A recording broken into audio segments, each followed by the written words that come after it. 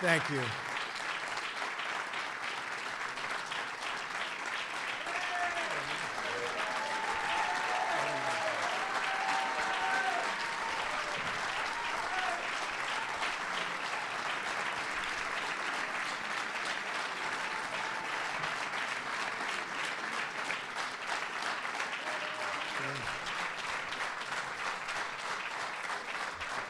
Thank you very much. Thank you. Today, Israel takes a big step towards peace.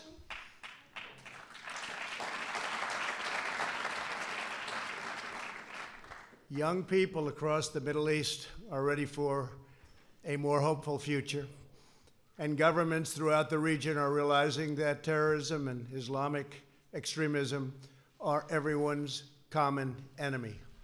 Yesterday, I had the pleasure of meeting with both the Prime Minister of Israel and a man that's working very hard to become the Prime Minister of Israel in the longest-running election of all time, Benny Gantz of the Blue and White Party. And both leaders joined me to express their support for this effort, proving that the state of Israel looking for peace and that peace transcends politics. By any measure, unmeasurable, that's what they want. On my first trip overseas as president, I visited the Holy Land of Israel. I was deeply moved and amazed by what this small country had achieved in the face of overwhelming odds and never-ending threats. The state of Israel comprises only a minuscule amount of land in the Middle East, and yet it has become a thriving center of democracy, innovation, culture, and commerce. Israel is a light unto the world. The hearts and history of our people are woven together. The land of Israel is an ancient home, a sacred place of worship, and a solemn promise to the Jewish people that we will never again repeat history's darkest hour.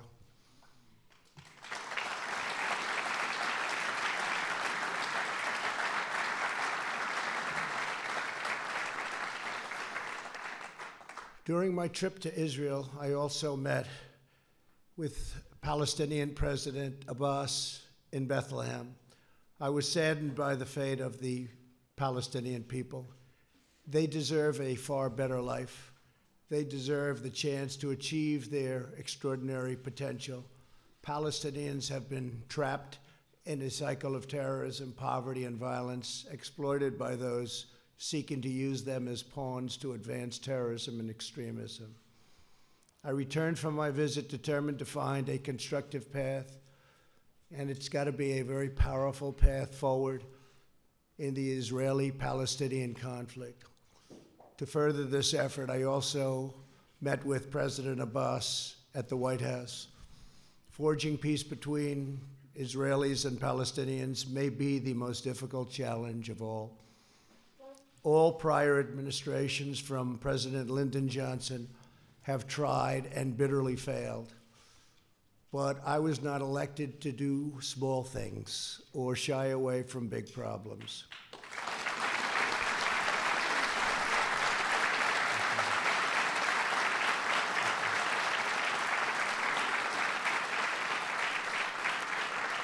It's been a long and very arduous process to arrive at this moment.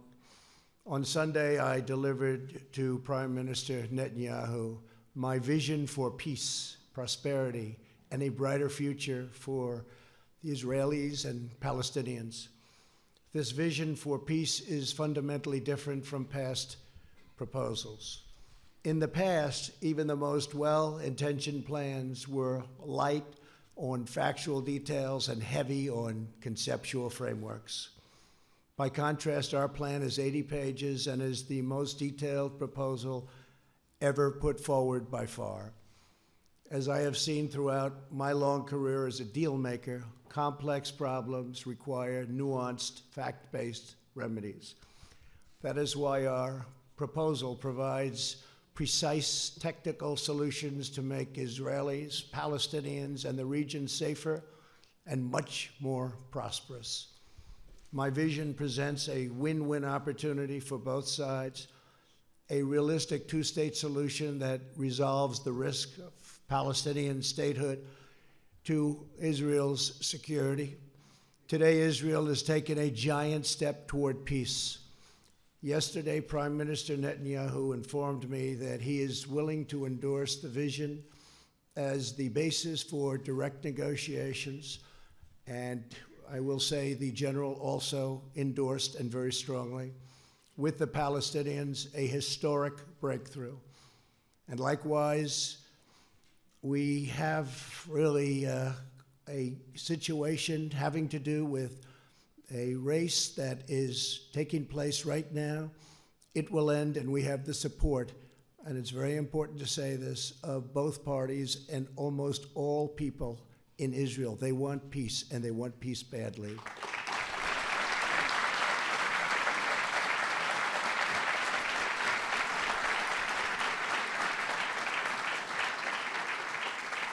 This is the first time Israel has authorized the release of a conceptual map illustrating the territorial compromises it's willing to make for the cause of peace, and they've gone a long way. This is an unprecedented and highly significant development.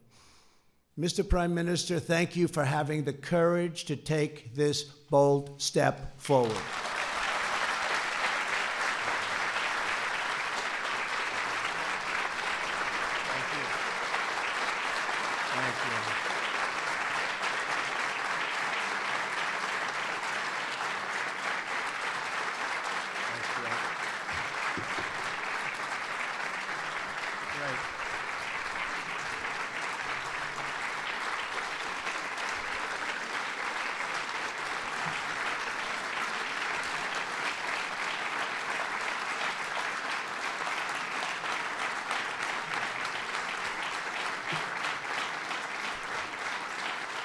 And Bibi, we have a lot of powerful people in this room, a lot of the people that can help make it work. So that's quite a thunderous applause. Thank you very much. Thank you. We will form a joint committee with Israel to convert the conceptual map into a more detailed and calibrated rendering so that recognition can be immediately achieved.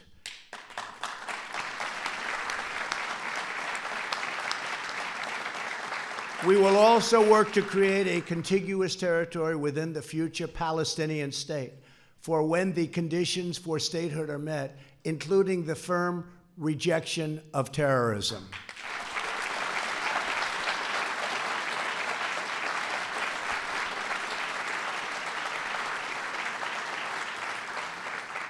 Under this vision, Jerusalem will remain Israel's undivided, very important, undivided capital.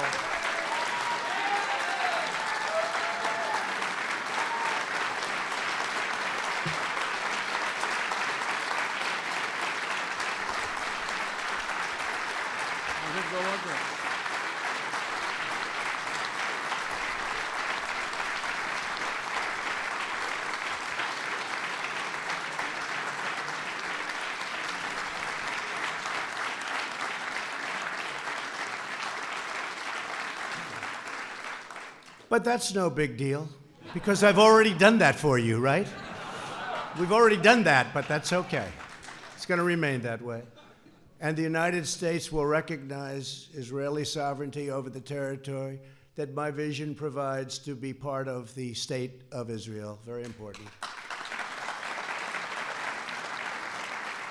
And crucially, the proposed transition to a two-state solution will present no incremental security risk to the state of Israel whatsoever. We will not allow a return to the days of bloodshed, bus bombings, nightclub attacks, and relentless terror. Won't be allowed. Peace requires compromise, but we will never ask Israel to compromise its security. Can't do that.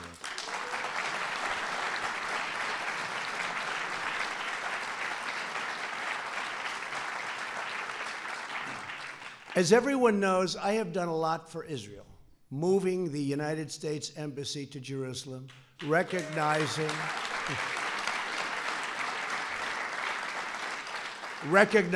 the Golan Heights,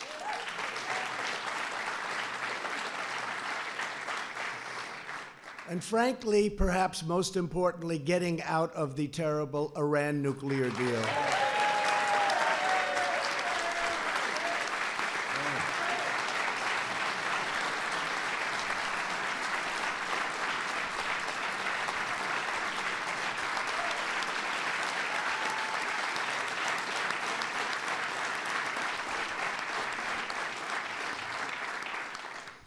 There's a lot of spirit in this room.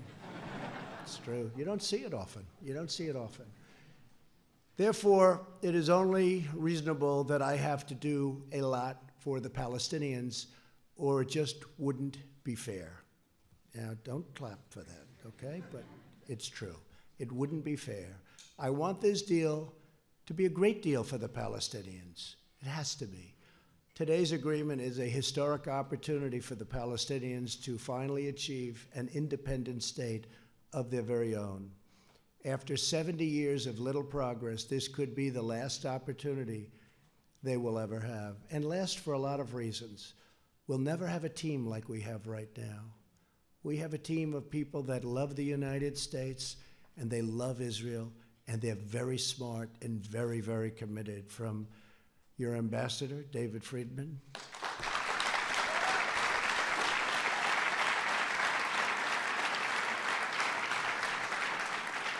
to Jason and Avi and Jared,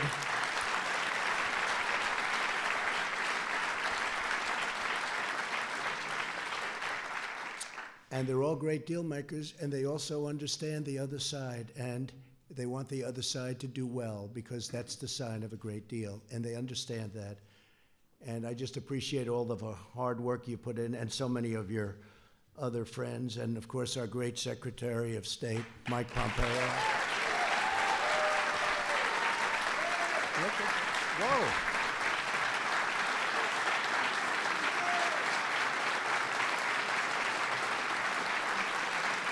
Wow, that's impressive.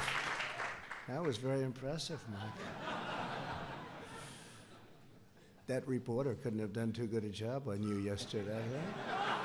I think you did a good job on her, actually. That's good. Thank you, Mike. Great. Are you running for Senate? I guess the answer is no after that, huh? They all want him to. Kansas, great state, they want him to, but you're doing a great job. Don't move. The Palestinian people have grown distrustful after years of unfulfilled promises. So true. Yet I know they are ready to escape their tragic past and realize a great destiny. But we must break free of yesterday's failed approaches.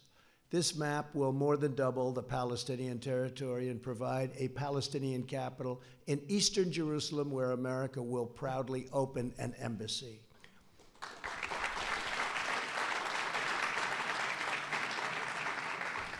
No Palestinians or Israelis will be uprooted from their homes. Israel will work closely with a wonderful person, a wonderful man, the King of Jordan, to ensure that the status quo of the Temple Mount is preserved and strong measures are taken to ensure that all Muslims who wish to visit peacefully and pray at the Al-Aqsa Mosque will be able to do so. This is a major statement. This is of major importance. And at the same time, our vision will deliver massive commercial investment of $50 billion into the new Palestinian state. You have many, many countries that want to partake in this, and many of them are surrounding. They all want this to happen. Virtually every one of them want this to happen, and I think, Bibi, you know that very well. You're going to have tremendous support from your neighbors and beyond your neighbors. Over the next 10 years, if executed well, 1 million great new Palestinian jobs will be created. Their poverty rate will be cut in half, and their poverty rate is unacceptable now and only getting worse. Their GDP will double and triple, and much-needed hope, joy, opportunity, and prosperity will finally arrive for the Palestinian people. Our vision will end the cycle of Palestinian dependency upon charity and foreign aid. They will be doing phenomenally all by themselves. They are a very, very capable people.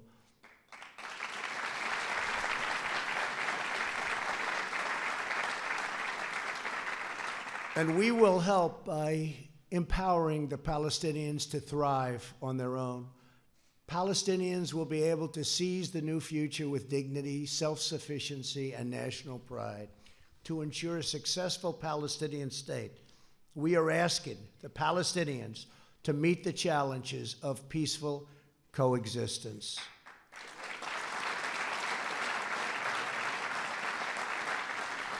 This includes adopting basic laws enshrining human rights, protecting against financial and political corruption, stopping the malign activities of Hamas, Islamic Jihad, and other enemies of peace, ending the incitement of hatred against Israel, so important, and permanently halting the financial compensation to terrorists.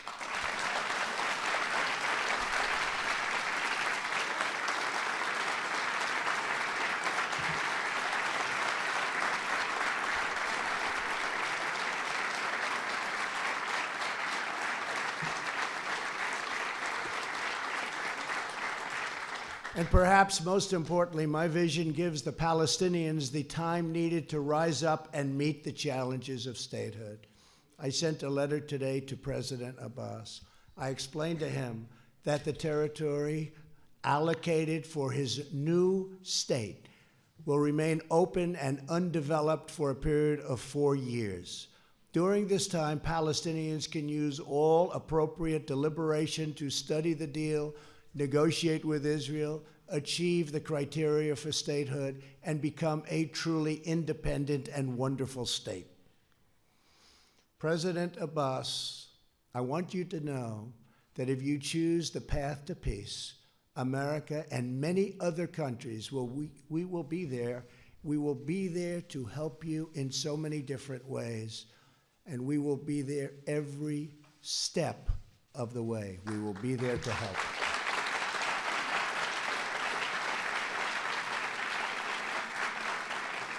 In other words, for the first time in many, many decades, I can say, it will work. It's going to work. If they do this, it will work. Your response to this historic opportunity will show the world to what extent you are ready to lead the Palestinian people to statehood.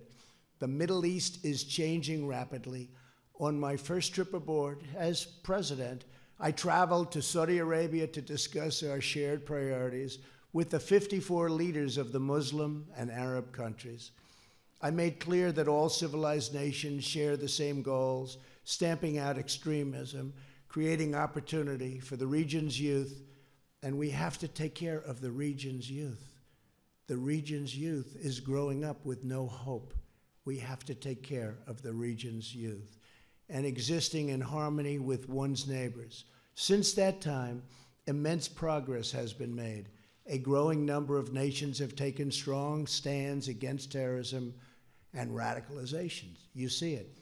Thanks to the courage of U.S. forces, the ISIS territorial caliphate, 100%, not 95%, not 99 or any other percent, 100% of the caliphate, ISIS, is destroyed, and its savage leader, al-Baghdadi, is now dead.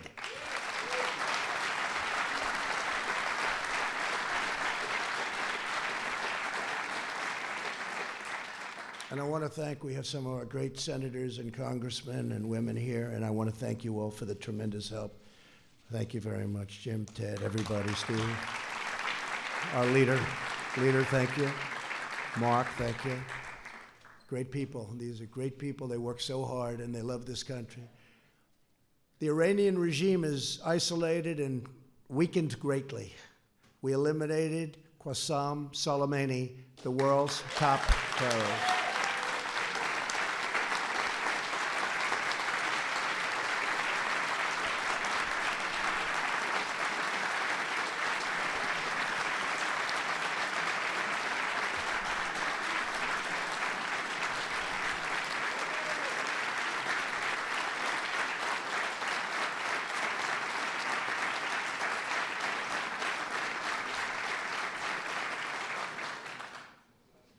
And as you know, he was with the head of Hezbollah.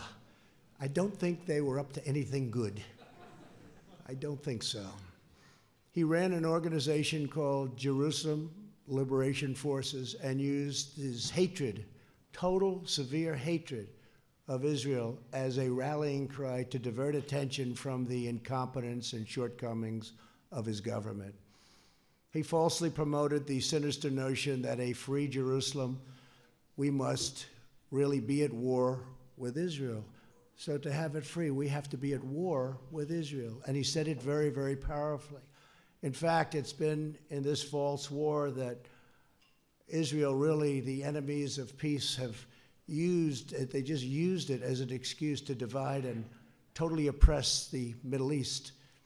In truth, Jerusalem is liberated.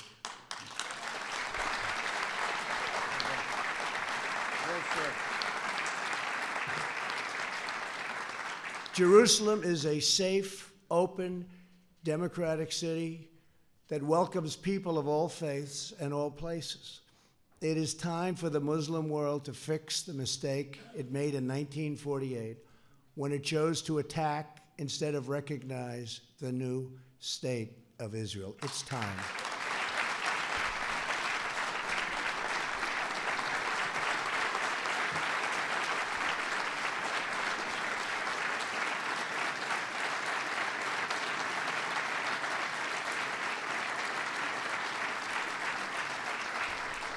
Since then, the amount of needless bloodshed and all squandered opportunities, so many squandered opportunities in the name of senseless causes, is beyond measure.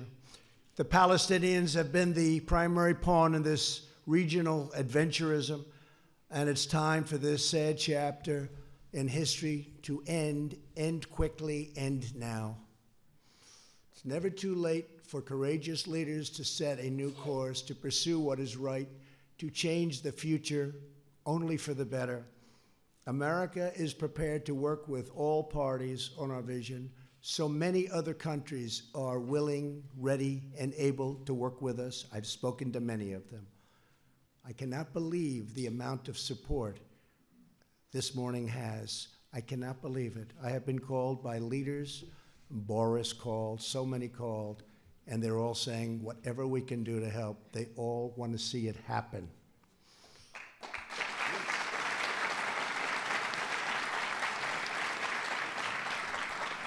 But America cannot care more about peace than the stakeholders in the region. There are many Muslims who never visited Al-Aqsa, and many Christians and Jews who never visited the holy sites in the West Bank described so vividly in the Bible. My vision will change that. Our majestic biblical heritage will be able to live, breathe, and flourish in modern times. All humanity should be able to enjoy the glories of the Holy Land. This part of the world is forever connected to the human soul and the human spirit. These ancient lands should not be symbols of conflict, but eternal symbols of peace. Thank you again for all of the work you've all done and all of these incredible honored guests for being here. And in particular, I want to thank Prime Minister Netanyahu. I also want to thank Oman, Bahrain, and the United Arab Emirates for the incredible work they've done, helping us with so much and sending their ambassadors to be with us today. Thank you very much for being here. Oman, Bahrain, and the Arab Emirates? Yeah.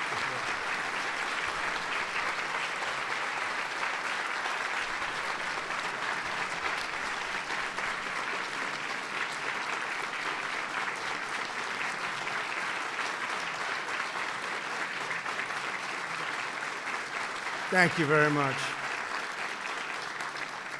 Thank you very much. Please give our regards. America's partnerships in the region have never been greater, and our alliance with the State of Israel has never, ever been stronger than it is today.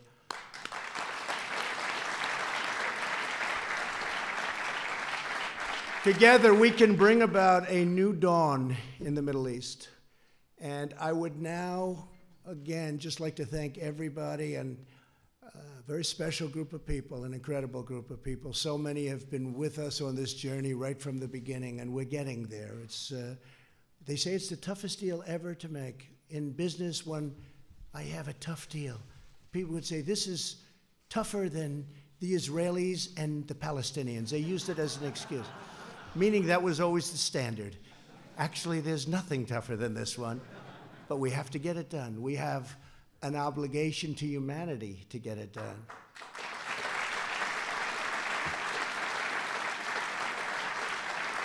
So I would now like to introduce the Prime Minister of Israel, who's worked so hard on this, Benjamin Netanyahu. Thank you.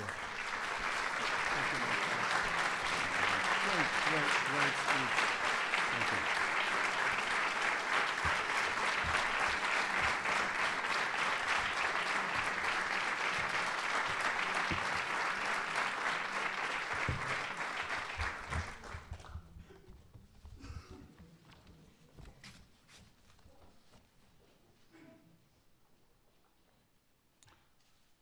In the Middle East, we drink water before a long voyage.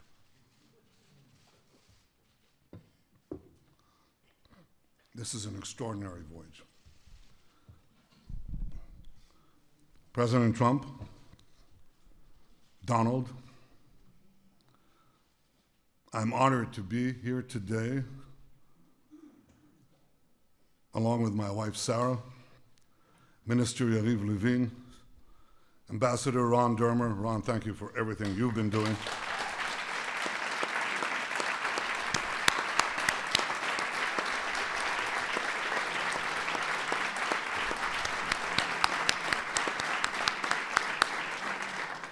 National Security Advisor Meir Ben Shabbat, thank you too, Mayor.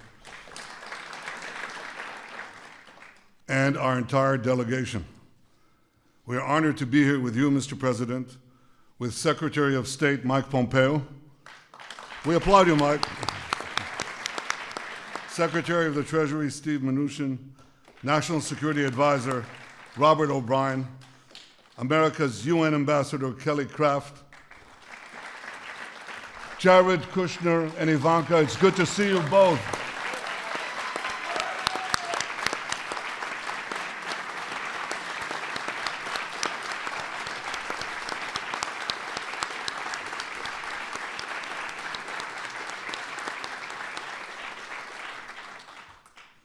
It's good to see the unfailingly energetic and optimistic Ambassador David Friedman, Jason Greenblatt, Avi Berkowitz, Brian Hook, and the rest of your exceptional peace band, Mr. President. It's good to be here with the other distinguished ladies and gentlemen of your administration, with senators and members of Congress who are Israel's greatest friends on Capitol Hill. Thank you.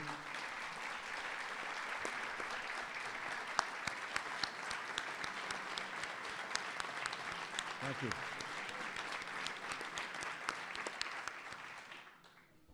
With the ambassadors of the United Arab Emirates, Bahrain, and Oman, what a pleasure to see you here, and what a sign it portends. I was going to say of the future, what a sign it portends of the present.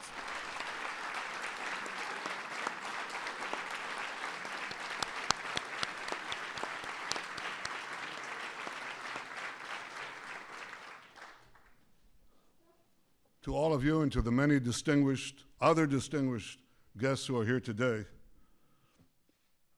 this is a historic day. And it recalls another historic day.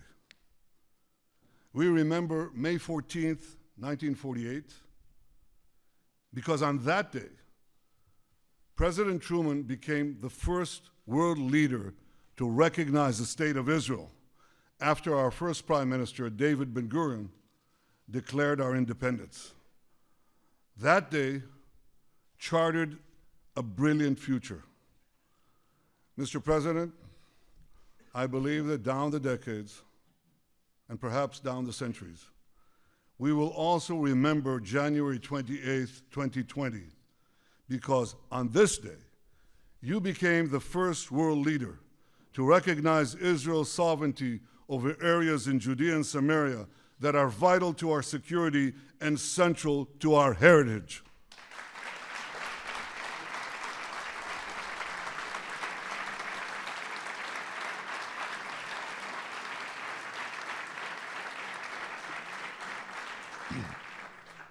And on this day, you too have charted a brilliant future for Israelis, Palestinians, and the region by presenting a realistic path to a durable peace.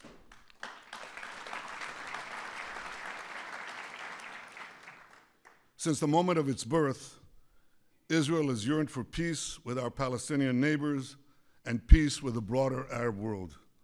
For decades, that peace has proved elusive, despite so many well-intentioned plans. One after the other, they failed. Why did they fail? They failed because they did not strike the right balance between Israel's vital security and national interests and the Palestinians' aspirations for self-determination. Too many plans tried to pressure Israel to withdraw from vital territory like the Jordan Valley. But you, Mr. President, you recognized that Israel must have sovereignty in the Jordan Valley and in other strategic areas of Judea and Samaria, rather than pay easy lip service to Israel's security and simply shut your eyes, hope for the best. You recognize that Israel must have sovereignty in places that enable Israel to defend itself by itself.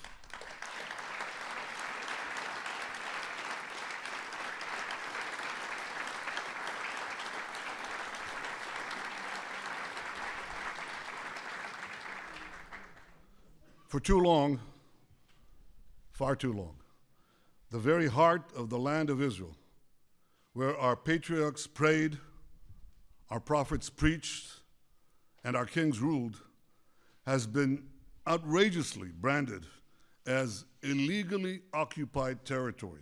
Well, today, Mr. President, you are puncturing this big lie.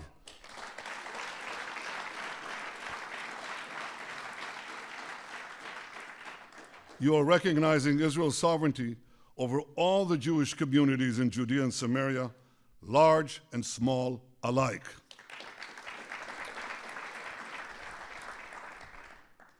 These, as the distinguished pastors who are here know very well, these are places inscribed in the pages of the Bible. These are places carved into the bedrock of our common civilization. The sacred tomb in Hebron, where the fathers and mothers of the Jewish people are buried. Bet El, where Jacob dreamed of a ladder ascending to the heavens. Shiloh, where the Ark of the Covenant that held the 10 Commandments for centuries. That's what happened in Shiloh. Thanks to you, Mr. President, these areas and so many others that for millennia have been etched in the soul of the Jewish people and have fired the imaginations of millions of people around the world and across the world. These areas will now be recognized by the United States as a permanent part of the Jewish state.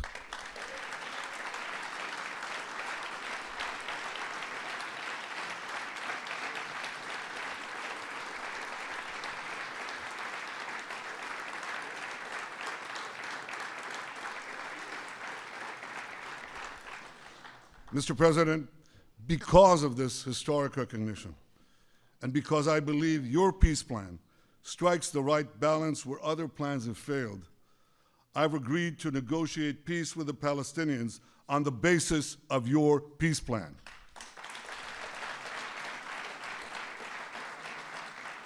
It's a great plan for Israel. It's a great plan for peace. Frankly, Mr. President, given all that you have already done for Israel, I'm not surprised. You have been the greatest friend that Israel has ever had in the White House.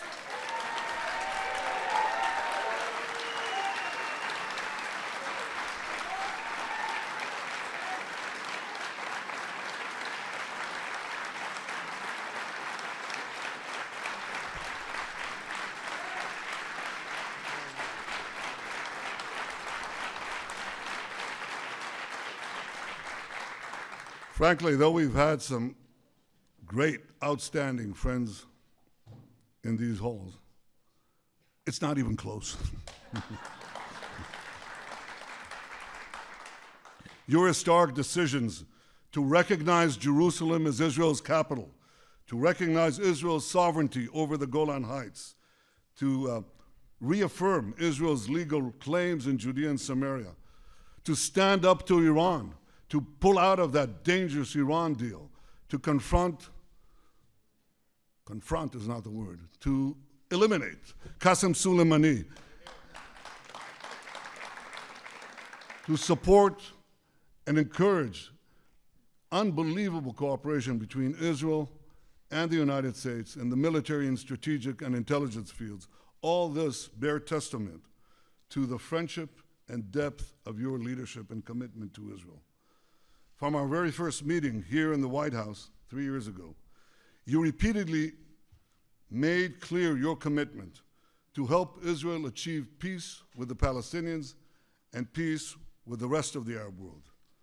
Mr. President, I share that commitment, and I look forward to working with you to achieve a peace that will protect Israel's security, provide the Palestinians with dignity and their own national life, and improve Israel's relations with the Arab world. Your peace plan advances all these goals. First, it addresses the root cause of the conflict, by insisting that the Palestinians will finally have to recognize Israel as the Jewish state.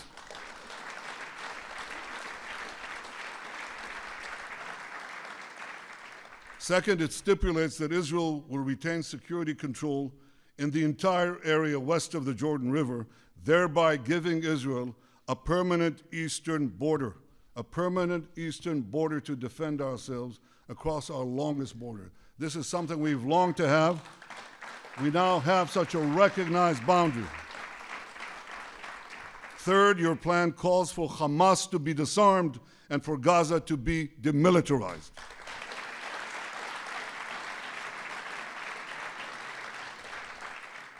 Fourth, it makes clear that the Palestinian refugee problem must be solved outside the state of Israel.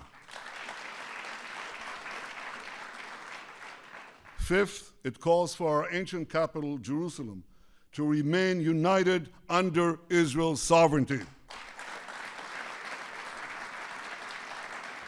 It, of course, ensures that religious sites remain accessible to all faiths, and it maintains the status quo on the Temple Mount. Sixth, your plan does not uproot anyone from their homes, Israelis and Palestinians alike.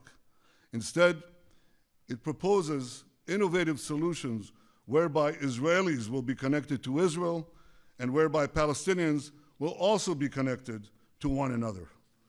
That helps if you have these real estate people, you know. They can come up with things normal human beings don't think about, and they have.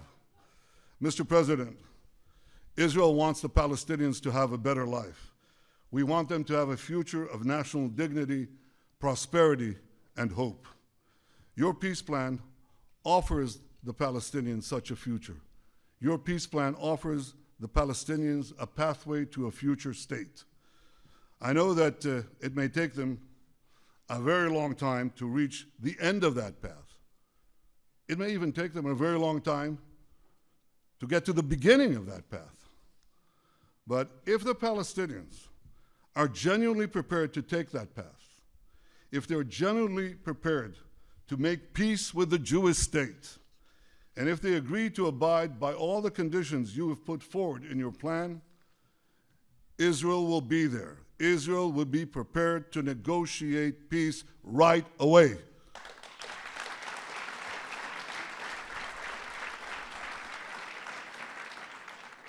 Regardless of the Palestinian decision, Israel will preserve the path of peace in the coming years. For at least 4 years, Israel will maintain the status quo in areas that your plan does not designate as being part of Israel in the future. At the same time, Israel will apply its laws to the Jordan Valley, to all the Jewish communities in Judea and Samaria, and to other areas that your plan designates as part of Israel, and which the United States has agreed to recognize as part of Israel.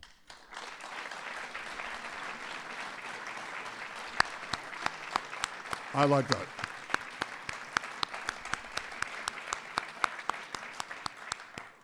This decision will protect Israel's security, ensure Israel's national interests, and leave open the possibility of a political settlement with the Palestinians in the coming years. Mr. President, I hope the Palestinians embrace your vision of peace. Embrace the plan that you and your team and us worked so hard to achieve. I hope that they seize the opportunity offered by your sweeping economic plan. I've read it. It takes enormous talent to reject $50 billion worth of investment. I know what that does to an economy. I know what it will do to Palestinian lives. I know what it will do to the youth of the region. I hope that the Palestinians embrace this and build with Israel a future of prosperity and peace. I also hope that our other Arab neighbors embrace your vision and forge a path of reconciliation with Israel that can create for all of us a brilliant future. Mr. President, I want to congratulate your fantastic team, there's no other word, your fantastic peace team for all their work. Jason Greenblatt,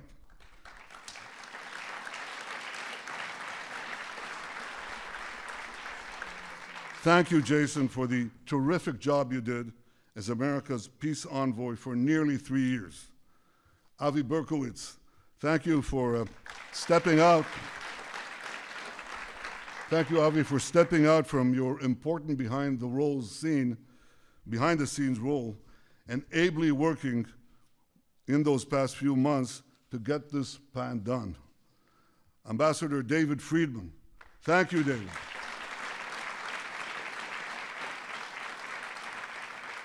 Thank you for your essential contribution to this effort and for the terrific job you do every day to strengthen the great alliance between Israel and America.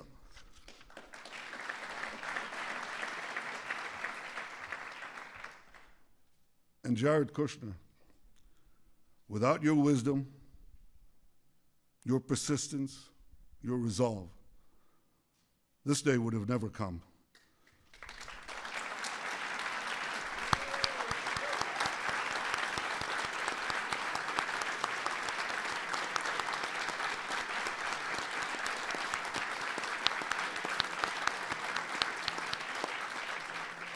I know how much the Jewish future means to you and to your family. Well, Jared, today you have helped secure that future. The Jewish state owes you, and it owes President Trump, an eternal debt of gratitude.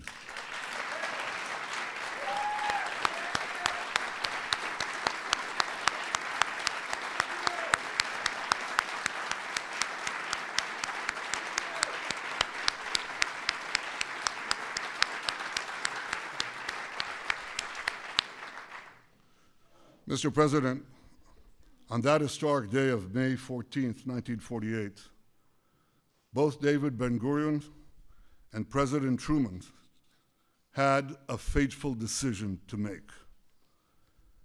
Many argued that Ben-Gurion should not declare Israel's independence. Many argued that President Truman should not recognize the Jewish state. But both leaders understood the magnitude of the hour. They seized the moment and they changed history. Like you, Mr. President, I understand the magnitude of this moment.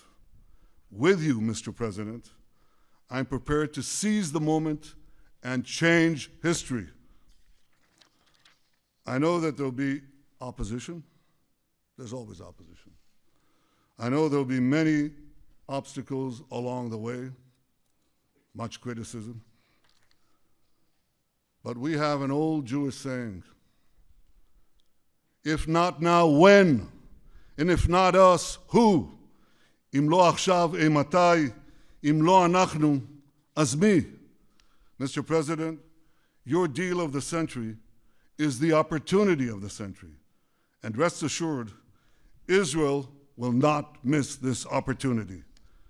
Mr. President, Donald, Israel is blessed to have your friendship and your powerful leadership, and Israel is blessed to have the friendship of the greatest power on earth, the United States of America.